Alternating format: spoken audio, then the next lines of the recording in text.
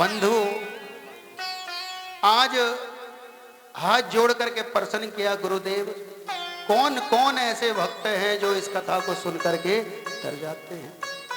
प्रश्न किया आज तो आज सूत जी कहने लगे, हे सोनक आदि ऋषियों, ये कहो कि कौन कौन से ऐसे व्यक्ति नहीं हैं जो इस कथा को सुन करके ना कर जाते। भागवत भगवान की है आरती, पापियों को पाप से है, केवल आरती से ही पापी तर जाते हैं। आज मन में प्रश्न आया तो हाथ जोड़ करके कहने लगे, गुरुदेव क्या कोई ऐसा हुआ, कोई प्रमाण है आपके पास। तो गुरुदेव कहने लगे, हे सोनक आदि ऋषियों, सावधान होकर के बैठ जाओ, तुम्हें मैं सत्य इतिहास सुनाता हूं। और यहां से आज धुंधकारी की कथा सुनाना प्रारंभ किए। बोलिए नारायण भगवान की जय। ये वो पापी है जिसने अपने जीवन में पाप ही पाप किया, पाप के अलावा कोई दूसरा कर्म नहीं किया। कौन सुना रहा है? सूत जी महाराज। किसको? सोनक आदि 88,000 ऋषियों को। कहां पर? नैमिषारण्य क्षेत्र की पावन भूमि। क्योंकि बंधुओं, जब सुखदेव जी ने राजा परीक्षित को कथा सुनाई तो सूत जी भी बैठ करके इस कथा को सुन रहे थे। लेकिन आज सोनक आदि ऋषियों का यह प्रश्न हुआ तो सूत जी महाराज ये कथा सुनाना प्रारंभ किया कि जिसने केवल अपने जीवन में पाप ही पाप किए, पाप के अलावा कोई दूसरा कर्म नहीं किया, ऐसा दुष्ट भी इस कथा को सुन करके तर गया था। अकाल मृत्यु को प्राप्त हुए ऐसे व्यक्ति जिनकी मृत्यु अकाल मृत्यु के कारण हो जाती है, उनका उद्धार, मुक्ति, कल्याण यदि होता है तो इस कथा के द्वारा, अन्यथा कोई दूसरा मार्ग है ही नहीं। और यहाँ से सूत जी महाराज कथा को सुनाना प्रारंभ किए। बोलिए सूत जी महाराज की। आज मैत्री मुनि विदुर जी को, सुखदेव जी राजा परीक्षित को और सूत जी महाराज सोनक आदि ऋषियों को, और हम यहाँ बैठ करके इस कथा को सुन रहे हैं।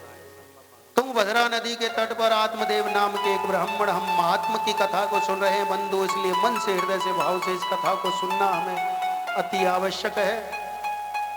तुंगभद्रा नदी कर्नाटक में स्थित, जहाँ उत्तम नगरे ग्राम यानी गांव है जो उत्तम नगर का है, और वहीं पर आत्मदेव ब्राह्मण रहा करते थे। बोलिए नारायण भगवान के। आज कहने लगे कि ज्ञान की कमी नहीं, वैभव की कमी नहीं, धन की कमी नहीं, यदि कमी थी तो एक संतान की। उनको संतान नहीं थी और मन में यही पीड़ा, यही कष्ट उनके कि आगे संतान ना हुई तो आगे चल करके मुझे मुख अग्नि कौन दे, आगे चल करके मेरे इस ज्ञान को आगे कौन बढ़ाए। और बंधु, जिसको यदि संतान ना हो तो इस पीड़ा को, दुख को, कष्ट को वही व्यक्ति समझ सकता है। और ऐसा देखने को भी मिलता है कि धन तो अपार है लेकिन संतान उसके पास नहीं है। बोलिए नारायण भगवान की। आज मन में प्रसन्न, क्योंकि बंधुओं ये संसार है, कोई कुछ कहता है तो कोई कुछ कहता है। मन में बड़ी पीड़ा हुई, कष्ट हुआ। पत्नी है उनकी धुंधली। गुरुदेव कह रहे हैं रति प्रिया क्रूरा। कहने का तात्पर्य सुनना सबकी किंतु करना अपने मन की। बोलिए नारायण भगवान के। कहने का तात्पर्य जब तक लड़ाई झगड़ा ना करने, जब तक मन को शांति नहीं प्राप्त होती। और ब्राह्मण देवता तो भोले भाले, सीधे साधे। आज मन में विचार कर लिया, जब मुझे संतान ही तो मैं जी करके क्या करूंगा, और चल दिए सरोवर के तट पर। आज मन में विचार करते हुए जब चलने लगे, दूर एक संत बैठे हुए थे। आज देख करके उनके वस्त्रों को समझ गए ये तो कोई ब्राह्मण है। आज वहीं से ध्वनि करते हुए कहने लगे, हे ब्राह्मण देव, तुम कौन हो, अपना परिचय दो, रोते क्यों हो। आज हाथ जोड़ करके प्रणाम किया संत के चरणों में और कहा कि मेरा नाम आत्मदेव है। तुम रोते क्यों हो? वस्त्रों से तुम मुझे ब्राह्मण प्रतीत होते हो, लेकिन रोने का कारण क्या है? और आज अपना रोने का कारण बताने लगे। कहने लगे, हे संत, मुझे संतान नहीं है, मुझे पुत्र नहीं है, केवल इसीलिए रो रहे हो। और हे संत, मैं आपकी शरण में आया हूं, इसलिए आप ही मुझे कोई मार्ग ऐसा बताएं जिससे मुझे संतान की प्राप्ति हो जाए। आज हाथ जोड़ करके रोने लगे। रोते हुए संत ने देखा, दया आई, लेकिन आज माथे की लकीरों को, हस्तरेखाओं को देख करके कहने लगे कि हे ब्राह्मण देव, इस जन्म की तो छोड़ो, तुम्हें 7 जन्मों तक संतान का सुख प्राप्त नहीं होगा। बोलिए नारायण भगवान के। 7 जन्मों, सप्त जन्मावगित पुत्रो नैव जीव नैव चाह, सप्त जन्मावगित पुत्रो नैव जीव नैव चाह। अरे इस जन्म की तो छोड़ो, तुम्हें 7 जन्मों तक संतान का सुख प्राप्त नहीं होगा, यानी 7 जन्मों तक संतान नहीं होगी। और इतना सुनने के पश्चात और रोने लगे, सर को पटकना प्रारंभ किया कि हे गुरुदेव, आपने मेरी पीड़ा को बढ़ा दिया। आज सर को पटकते हुए कहने लगे कि हे गुरुदेव, मैं अपनी यही देही लीला समाप्त कर लूंगा। संत ने भी कहा, रे इस प्रकार तो मुझे ब्रह्महत्या लग जाएगी। कि हे गुरुदेव, मैं आपकी शरण में आया हूं, आप ही कोई मार्ग निकालिए। जब देखा आज रोते हुए आत्मदेव ब्राह्मण को, झोली में से फल निकाला और निकाल करके दे दिया, जाओ अपनी पत्नी को खिला देना, निश्चित ही तुम्हें संतान की प्राप्ति हो जाएगी। बोलिए नारायण भगवान की। किसने कहा? संत ने। किससे? आत्मदेव ब्राह्मण से। इदं भक्ष्ये पत्नीया तुम ततो पुत्रो भविष्यति, इदं भक्ष्ये पत्नीया तुम ततो पुत्रो भविष्यति। तुम्हें निश्चित ही संतान की प्राप्ति हो जाएगी। आज दे दिया फल और बड़े प्रसन्न हुए, चरणों को आज स्पर्श करते हुए उस फल को लेकर के भागे अपनी पत्नी के पास। आज द्वार खटखटाया, पत्नी आई बाहर, देख करके फल को अचंभित हुई। इतना चिल्ला क्यों रहे थे? आखिर क्या हुआ? अरे पगली, मैं तेरे लिए ये फल लेकर के आया हूं, इसमें क्या विशेषता है ऐसी? ये तो फल है, एक साधारण के नहीं। अरे पगली, ये संत के द्वारा दिया गया प्रसाद है और इससे हमें संतान का योग होगा, हमें पुत्र की प्राप्ति हो जाएगी। मन में तर्क वितर्क माता करने लगी, हाँ ठीक है, दे दीजिए, नहा धोकर के पाठ पूजा के बाद में इसे ग्रहण कर लूंगी। आत्मदेव भोले भाले सीधे साधे चले गए। अब मन में विचार कर रहे हैं, तर्क वितर्क खाऊं कि ना खाऊं, क्योंकि मैंने बताया ब्राह्मण देवता तो सीधे साधे भोले भाले, लेकिन जो माता जी थी वो बड़ी खतरनाक। बोलिए नारायण भगवान के। आज मन में तर्क वितर्क कर रही थी, संवाद तो बहुत है, पड़ोसन भी आई समझाया।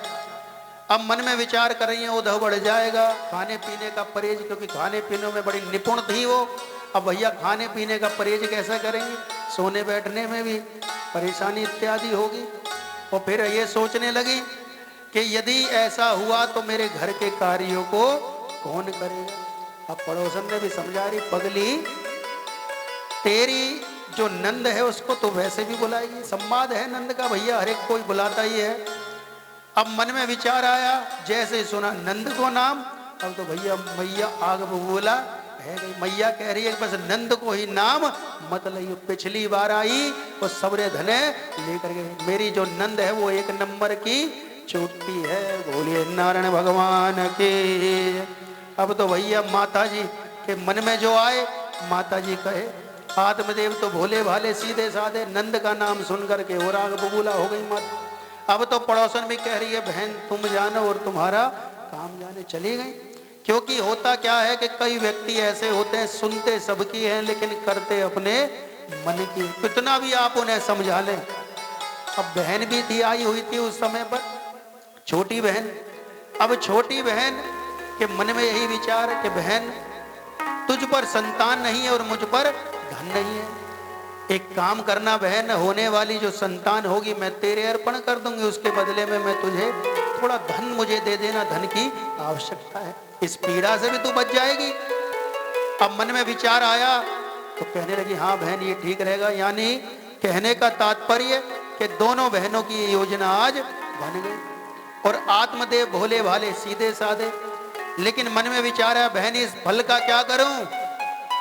एक काम कर, तेरी जो गौ माता है इस गौ माता को फल को खिला दे, परीक्षा भी हो जाएगी, फल से संतान होती भी है कि नहीं होती हो। गुरुदेव कह रहे हैं कि गोपनीय तौर पर माता गई, गौ माता खड़ी हुई थी, आज गौ माता को फल दिया और गौ माता ने उस फल को ग्रहण किया। बोलिए पूज्य गौ माता की।